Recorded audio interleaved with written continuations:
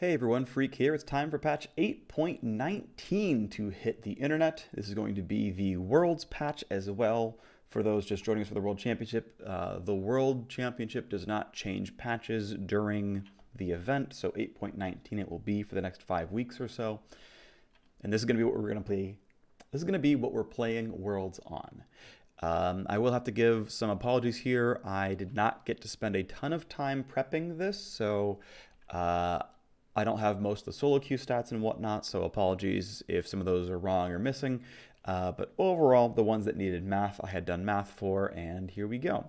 It's overall a fairly small patch. There are very, very few nerfs and mostly just buffs to things that are almost playable or had been played before. So up first, we have buffs to Darius. He's getting another 10% total attack damage on his W and another 5% armor penetration on his E, which is overall going to increase the damage of his W and his damage overall, because obviously armor pen is just a damage multiplier. So here's the math on Darius W.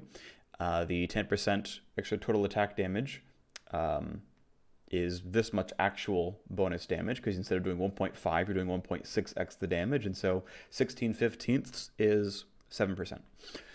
Cool. So that's that buff. It's about 7% more damage. Really, the scaling is so sort of low, right? Going from 0.4 to 0.6 or 0.5 to 0.7, you still only 1.1 of this ability. I do want to point out that, yes, you do indeed max this ability last because there is no incentive other than the 5% total AD ratio.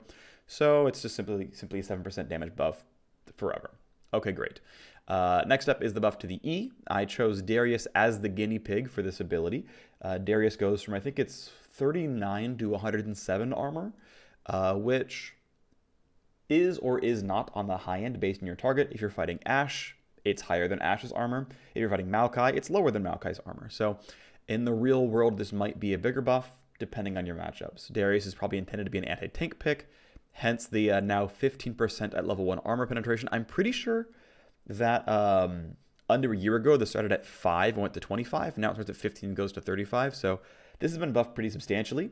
And I actually do like, and I'm going to spend time on this video doing my conjecture on game design because I have so little math to share. My understanding of the Juggernaut rework back in 2015 was that Juggernauts are supposed to be a sort of primary carry who, knowing that they're melee, they don't have target selection. So they have to kill frontline. And so Juggernauts were built to be anti-tank. Now, this I don't think was successful in all cases, but I think Darius has the right hooks for it. His ult turns into true damage. If you can get 4 or 5 very slow auto attacks off, aka you're fighting a Maokai, suddenly you're insane and can kill everything. And so the combat pattern was supposed to be, look, if you don't stop me, I'm going to kill your entire team. I think Darius does the best of this. I think Darius is the most quintessential Juggernaut. And again, I think he has the right hooks. Again, true damage, so he can fight tanks and kill them with the ultimate. And then after that, just, well, I killed the tank, now I can do anything I want and kill everyone else afterwards. But also the E, the passive percent armor pen. I think percent armor pen is a really good mechanic for anti-tank. It is the exact kind of right stat. That and true damage, basically. Those are the two anti-tank stats. I would argue that percent health damage is actually less of an anti-tank stat than percent armor pen. In terms of general math, and I would have to actually prove that out by looking at real builds, but that's my instinct. Maybe I'm wrong, but that's my instinct. Either way, I think both changes are good. Darius is already a very successful champion in solo queue. These are not very, very large buffs. They do matter, don't get me wrong. Again, you have a generic sort of 2% more physical damage multiplier here with the E. Cool. And your W does 7% more damage when you cast it every 10 seconds or whatever. All right, so next up, a small buff to Fiora, better vital healing early game. I did not see the exact level breakpoints for this, so I don't know sort of when it peters off, but still a pretty substantial bump in health when triggering vitals early on in the game. That's pretty cool. Apparently, Lunge was doing minion last hits over triggering vitals. You could argue that one is better than the other. It's going back to vitals. I see Fiora in solo queue some, like watching the Tracking the Pros Twitch stream. I think Fiora should be theoretically viable. I mean, you can kind of see a trend here, right? They're buffing an anti-tank top laner, another anti-tank top laner. I like that. Like I like when I actually really do enjoy that this patch is buffing counters as opposed to nerfing the top end. I do think you still have to be worried about power creep in general, and I think preseason is a good time to do that. Um, Again, I'm going to go on my design conjecture thing.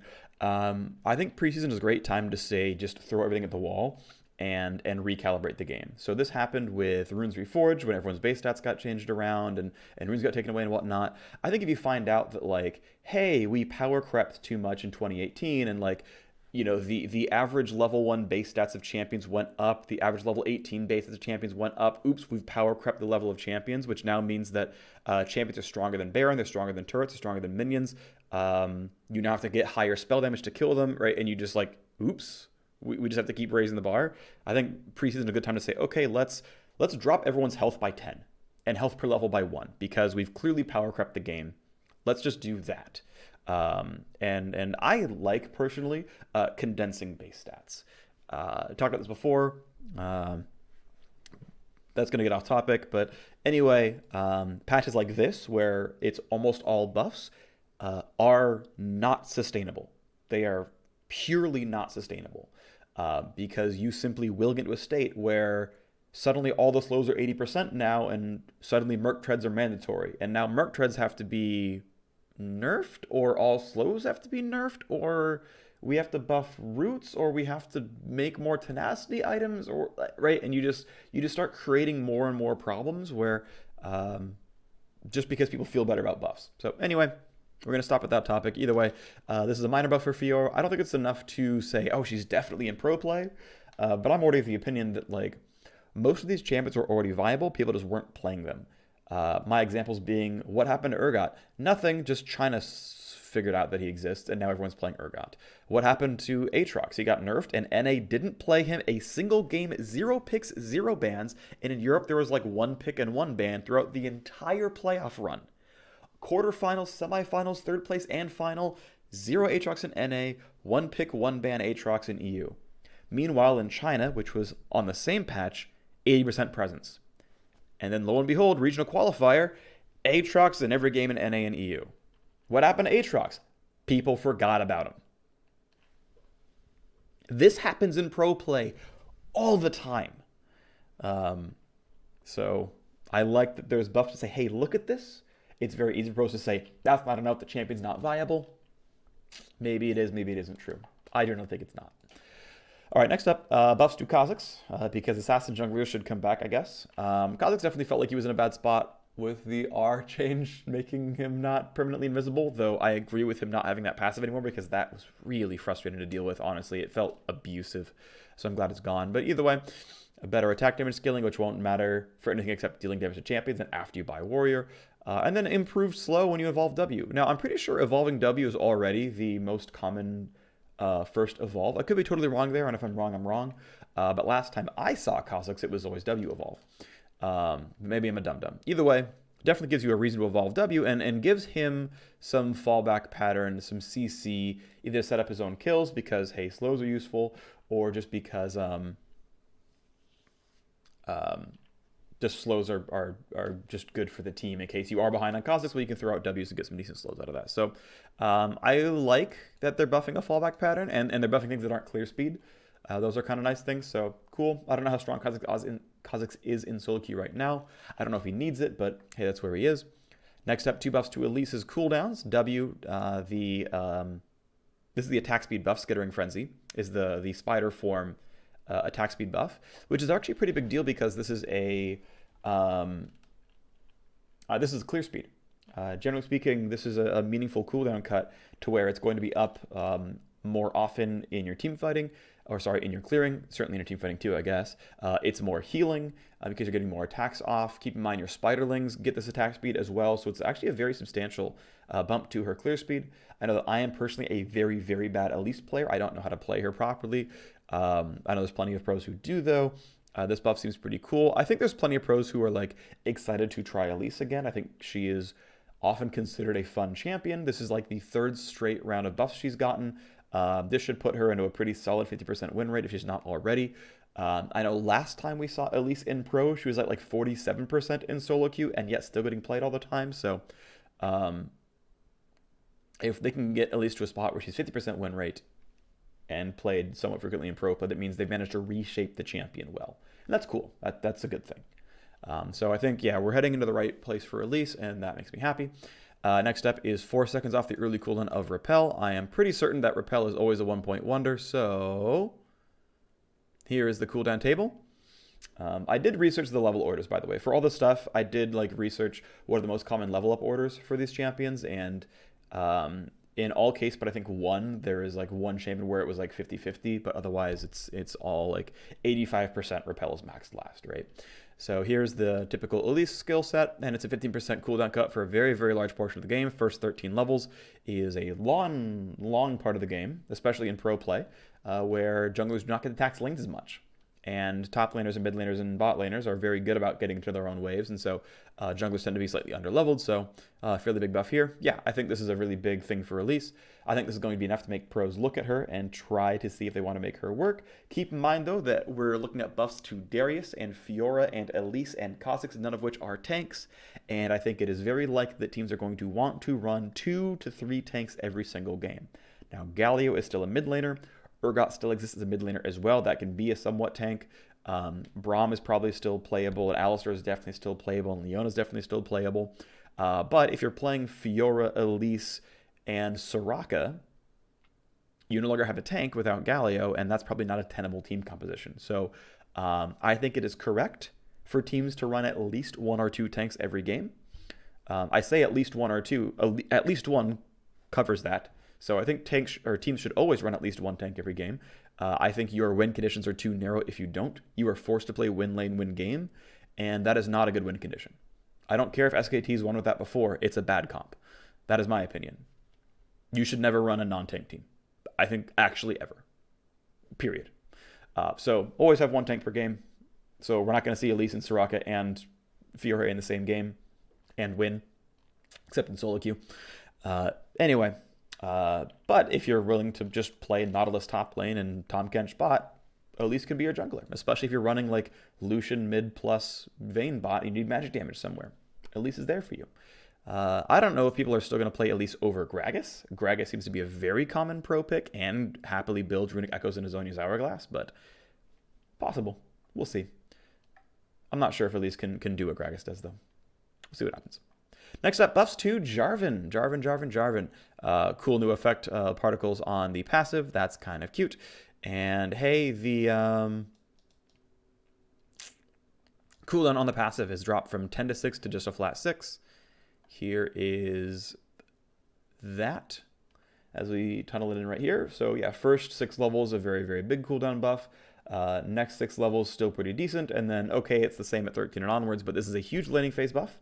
Now Martial Cadence is on about as often as Grasp is. So if you're playing melee and you're playing Jarvan versus, I mean, it's not a good matchup in a Darius, let's say, but even Fiora is probably actually half decent here.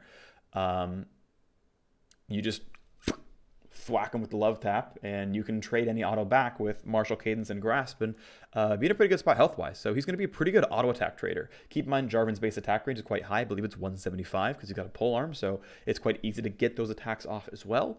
All in all, this is, I think, pretty solid. This is a very substantial landing phase buff to Jarvan, which is a big deal. He might gain a lot of win rate off of this, or I'm overrating it. Either one is possible. It's also a half-decent jungle clear speed buff. I don't think it's actually massive. Keep in mind, 6 seconds is, if you're leashing blue buff, right? Your bot lane is usually leashing for the first 6 seconds to 8 seconds anyway. And it's down to 300 hit points by the time Martial Cadence is now up instead. I mean, roughly, maybe a bit higher, but that's kind of the rough time frame we're at. And so it's going to provide maybe 50 damage, probably less, when you hit blue buff. And to be fair, that's still one auto attack, which, might matter. Or just the breakpoints line up where it doesn't save you any time at all. It probably doesn't trigger a second time when you fight Scuttlecrab. It will trigger multiple times when you go for things like Drake and Baron. That's going to be somewhat relevant. It'll still happen in team fights when you're hitting the front liner and dealing more damage to them. This does matter. But my opinion is I think this is a bigger win rate buff to top lane than jungle Jarvan. If I'm wrong, I'm wrong. Next up, a bunch of AP buffs to Nunu and Willump. bigger healing on the Q, bigger AP ratio on the E, and some animation cleanup on the W. So this is overall a fairly big ability power bump. In general, as you can kind of see here, 0.54 versus 0.8, a bigger part of the damage is the root. The bigger sort of buff to this ability was in splashing everyone and then getting the big root damage. That's where most of the power came in, obviously, in this part. But even if you hit all 9 snowballs on one person and got the root, it's still a 40% AP ratio buff just because of how much this is, essentially. This is a very, very, very substantial AP ratio buff. I don't know if AP Nunu is going to be any good, but certainly AP Nunu is the weaker of the two builds, and yeah, that's nice to see. So that's cool. Next up, buff to Janna passive, basically ramps up a bit sooner. Here is that table. I did not include it and compare it to like what her base attack damage would be or what her W damage would be. This table, by the way, rolls in all of the math from her having her passive and her base move speed, and it assumes boots 1. Just to make the math easy, not have a giant data table that's kind of overwhelming, it's boots 1. So you've got brown boots, and here is how much damage extra is provided via the passive. Instead of 8, it's 13 when you have boots 1. Obviously, when you don't have boots 1, this is lower. Between levels 7 and 9, it's still the same percentage. Then it bumps up again between 10 and 12. Ultimately, it is a clearly a fairly big laning phase buff, levels 1 through 6, getting quite a bit better there. And yeah, still matters a little bit in the mid game, and then of course it tapers off. Either way, this basically makes Janna a better lane bully. Janna is a better lane bully. She is better at just auto attacking and throwing her W at enemies. One thing I did not get right, by the way, with all this math, was including the W move speed buff in this conversion. So I apologize for that, but keep in mind, these ratios of 2/3 and 40% are going to stay the same because that's just what 15 to 25 and 25 to 35 is. In terms of it being actually +5 damage and +5 damage, maybe it's not always. But again, that's roughly what you're looking at here, right? So definitely a fairly meaningful contribution here. And again, because the W is going to be active on you, you're actually going to get a lot of those empowered autos off, and they're going to be even faster than you would have been with Boots 1. So yeah, pretty meaningful there. I think Janna's already a pretty high win rate champion, so will remain pretty high win rate. I don't know if we'll see her in pro. I think teams are going to really, really want to slot in tanks. Like, I'm going to guess that we are not going to see many Enchanter supports. I know that we were seeing Soraka some in the LPL finals. But I would guess we're going to stay with 80% tank supports. And I think most of that 20% is going to be champions like Thresh and Pike. I think we're not going to see a lot of Janna or Nami or Soraka. Could be wrong, but that's how I think. All right, next up, a buff to Thresh Q. Mana cost down 20 is nice. Cooldown down 4 to 0 is a pretty big deal. Now, Thresh is a champion that you could have gone Q max or E max on. Both were relatively common. This is looking at Q max. So look at this part of the data table, where it's 4, 3, 2, 1, 0 seconds off the cooldown, which is a solid 20 to 7% off the cooldown for the first 8 levels, which is a very, very large portion of the game, especially in the early laning phase, when you're going to learn Q, E, W, and then at level 4, so I mean, technically this says 3, but whatever, this is going to be a pretty substantial buff to the cooldown. This is going to matter quite a bit. It's going to be a pretty decent win rate bump. The other part I want to show you is because if you hit the hook, your cooldown is reduced by 3 seconds. So instead of being 20 to 7% in that first column, it's 14 to 9% if you're landing hooks. So if you throw one out and you miss, instead of your cooldown being 17, it's 13. And that is a fairly substantial difference there. It means if you're playing something like Ezreal and you're arcane shifting out of hooks, you're now to a spot where the hook can more quickly be back up before arcane shift is. And that can be really, really substantial. So I think there's a big difference here. The difference is bigger if you're a good Thresh and land your hooks. The difference is not quite as stark if you're missing your hooks, but still quite meaningful. And the mana cost buff, of course, allows him to spam much more easily as well. So this seems like a very, very large buff to Thresh. I really expect people to see Thresh and really try him as a result of these changes. This seems like Thresh has already been like kind of waiting around the wings. Like, I know pros love playing Thresh. Just because he's like the funnest support, not maybe named Pike. That's even debatable. So I think if players get a say, they're going to be like, of course I want to try to play Thresh some more. And if it works, it works. But this is the kind of thing where it's like, It's a champ people want to play. It's a champ that's exciting to see in pro. It's a champ that's exciting to play around in general, and can provide what teams want. I mean, Thresh has clearly been in pro play before. Can be a thing for sure. Next up, buffs to Pike. Pike's another one that certainly already kind of sees some pro play. Don't get me wrong. It's not like he super needed buffs, but it's, again, the idea of, hey, can Riot get champions that pros are willing to play? Can they get them to the power level of the tank supports and say, no, play these instead? Now, there is a chance that they're going too far. I didn't look very closely at like Pike versus Alistar's pick rate in the postseason, right? Alistar was like the third tank after Braum and Tahm Kench. If Pike was actually above Alistar, that means that with the Braum nerfs in like 8.17 and the Tahm Kench nerfs this patch, it's possible that tank supports have been fully supplanted.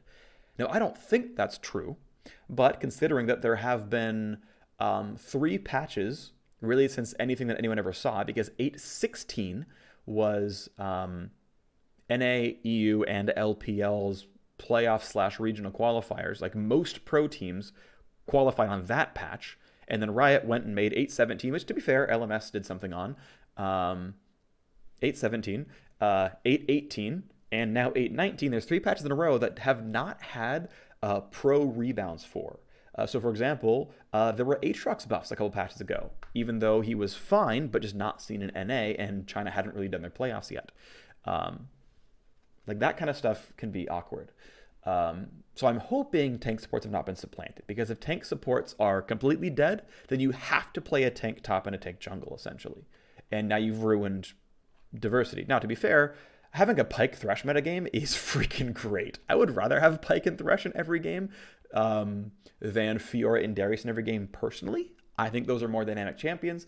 As someone who doesn't actually play much Thresh or Pike, and actually am very bad at playing against those champions as a bot laner, I would still like to see those champions more. Either way, here's the math. Pike's ultimate damage, of course, only kicks in at levels 6 through 10. It is a early mid-game buff. Now, keep in mind, he's not going to get to level 11 for a long time. Supports don't gain a lot of XP. They're often roaming and doing stuff. So this buff can mean a little bit more than you might think. But either way, there's the table, right? Here's how much damage he's doing. And what am I trying to say? I mean, ultimately, yeah, I mean, this might be enough to get people to play him a bit more. Again, he was already in pro play somewhat, so cool, go Pike. I don't know. There's not a lot to say, really. It's a kind of a small buff. Next up, nerfs to Tahm Kench. Base health down, health per level up. So here's that table. Break even is right around level 13. Well, I guess right around level 12, you're -1, and then 13, you're above. There's that, though. Pretty substantial nerf, honestly.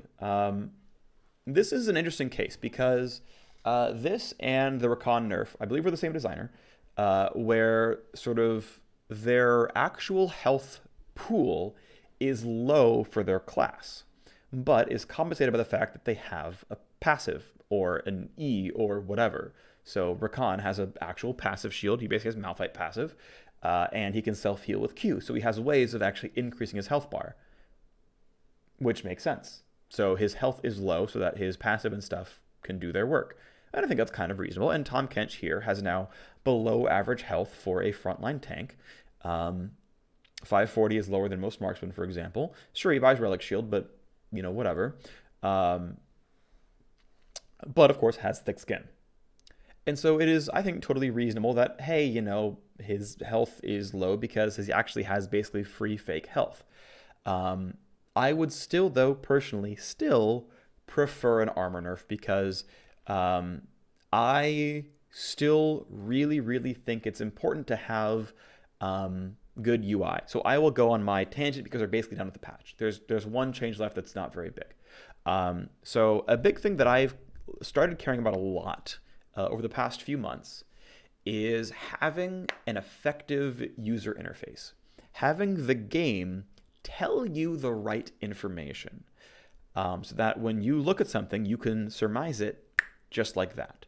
So for example, I really, really like that World of Warcraft has different health bars and different like iconography around the level of the character based on relative power level. So even if you couldn't tell by looking at the creature itself, a boss monster has an ornate health bar to say, hey, this is a boss. And it's in League of Legends too, by the way, right? Champions and minions and turrets and dragon and baron all have different health bars. And blue buff and regular monsters have different health bars. Like, that's great.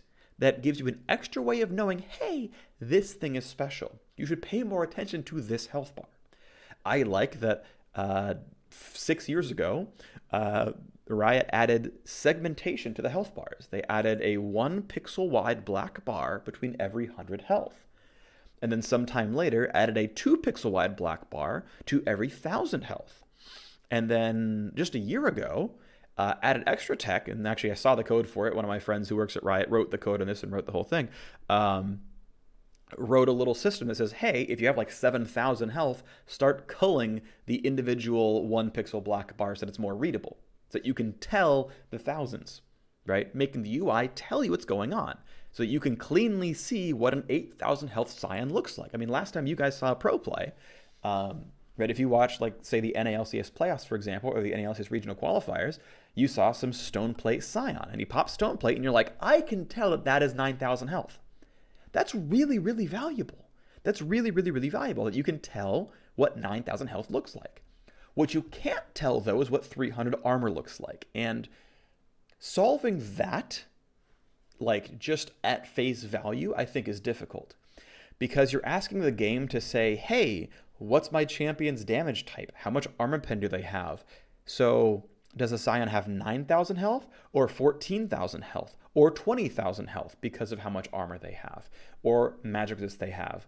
And I'm AP Kaisa versus AD Kaisa. Does the game know this? Is it tracking my total damage dealt over the course of the game? Does it know that I have red buff and that's true damage? Does it know that I have Ruin King and that's percent health damage and he's actually squishier than you might think? Like, how much estimation is my health bar supposed to do to me? What if I'm playing Darius? Do I get to know the true damage value and the physical damage value? Right? Like, there's a lot of really weird stuff with health bar tech that, like, I don't think is, like, elegantly solvable and probably just doesn't work for a lot of cases. So what I think champions should have much, much more constrained armor and magic resist so that the health bar can actually be indicative. And not only should their base stats be constrained so that their armor and magic resist are a bit more aligned, more in line as well, and their health is indicative of their durability, right? Like, Tahm Kench has way more armor than Twitch and more MR than Twitch. Twitch's health bar is bigger than Tahm Kench's. So Twitch looks, just on the health bar, more durable than Tahm Kench looks. Now, yes, Tahm Kench's model looks more durable. When it gets gray health and you see that on the health bar, that looks more durable. But, like, Braum doesn't have that. Alistair doesn't have that. Now, to be fair, Alistair's health bar is actually still very large, so he's fine. But you kind of, I hope I'm, like, sort of explaining the predicament here. So my wish is two things. So one is constrain the armor and MR so that it's a bit more in line. And two, I wish that every single armor and magic resist item in the game also has health. Now, I think you can still have differing levels. Like, I think you can have a Warmogs with his just HP, and you can have a Sunfire Cape with no MR on it at all, and you can have a Thornmail that is mostly armor but some HP. But I think if you're investing in durability stats, it should always show up in your health bar. That if you're buying a Frozen Heart, give it a Ruby Crystal. Because that way, at least, like, the guy who buys the Frozen Heart, you're at least seeing their health bar grow. I think that is a good thing for the game.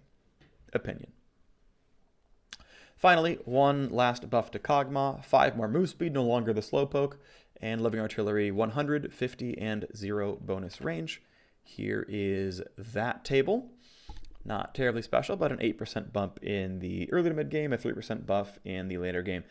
And level 16 Kogmaws aren't all that frequent. They can happen, but, like, I'll say it's like 50-50 in a pro game. Cog hits 16.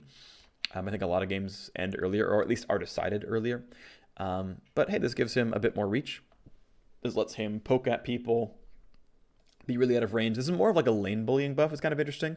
Also, move speed on a champion that uses extra attack range is a pretty big deal as well. So you've got a champion that can actually start, like, abusing that 625 range from W and kind of maybe even stay at arm's reach. That could be kind of interesting. So that's something to look forward to is maybe Kogmaw being really cool. Leander's Torment getting buffed, I am actually most hesitant about. I'm a little afraid of Leander's getting buffed because, so extra 0.5% max HP per second in both the non-empowered and empowered cases. This does have the effect of slightly flattening the You Need Ryle's case. It is now comparatively better without Ryle's because you're not quite losing as much sort of the value of the item. Slight nerf on AP to kind of compensate for the fact that this got buffed a whole bunch. Overall, though, this is a giant buff to Leander's Torment. This was intentionally buffed to Leander's Torment, also an intentionally slight flattening of who can use it. The idea being that I think, hey, you bring it out and it's a slight anti-tank tool, so that if your opponents are running 3 tanks and you're playing Victor, you run Leandries, you hit a bunch of people, you do some bonus damage that way. And I kind of understand that. I think that does make some level of sense. I'm just worried on a systemic buff to anti-tanks. I think this almost entire patch was a buff to anti-tank measures, which, I don't know, at a certain point, I feel like goes too far. I think the metagame was already in a pretty decent spot. I know lots of these things were small love taps, but it's weird to say that a patch of like 12, like 1% win rate buffs goes too far. It's just that it was 3 patches in a row of no reaction to pro play, and that is just slightly worrisome. But maybe I'm blowing things up for no reason, and it's going to be the best Worlds ever. I actually still think this is going to be a pretty good metagame for Worlds, so... Hey! Puns. No. My dog was trying to eat a sock of mine. Sorry about that.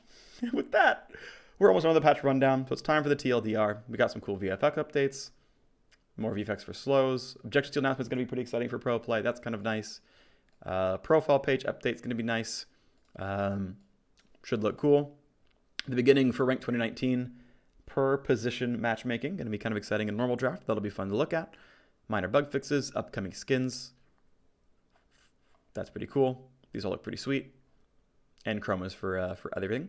So with that, let us do a very quick TLDR of the patch. 8.19 TLDR. Small buffs to Darius. Overall, this is about 7% more damage on his W, and about 3% more damage on Apprehend, but more against tanks. And I should say on Apprehend, more physical damage overall to the kit because of Apprehend. Minor buff to Fiora healing should be nice. Overall, not going to be a very big win rate change, I don't think. My dog is being a jerk. Puns.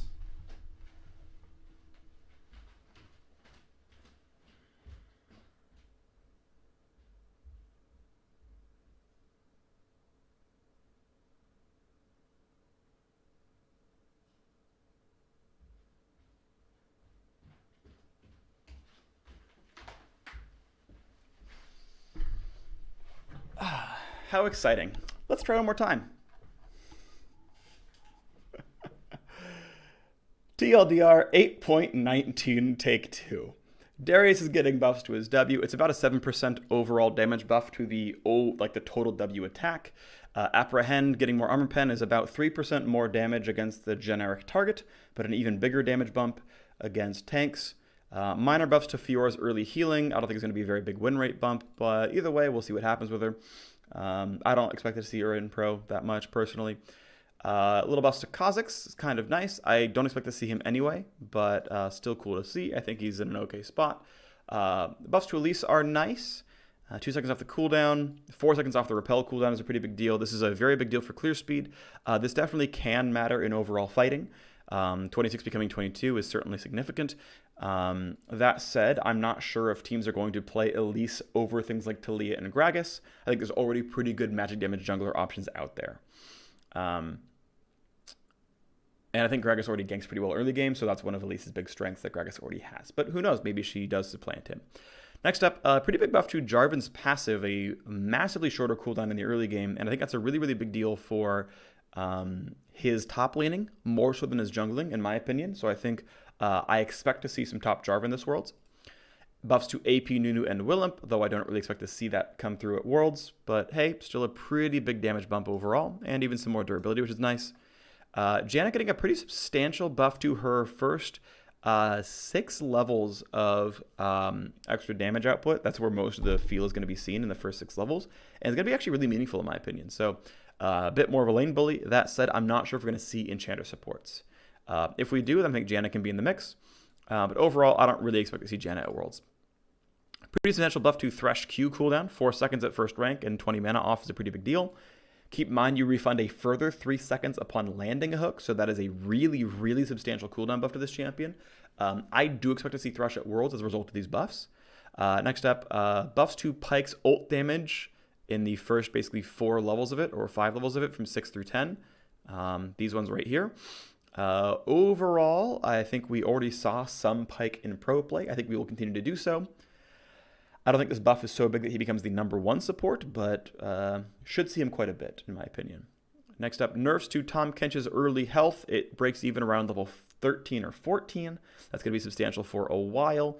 Overall, of course, in a Tahm Kench lane, you have to kill the Tahm Kench first. And so that's going to pretty much be happening.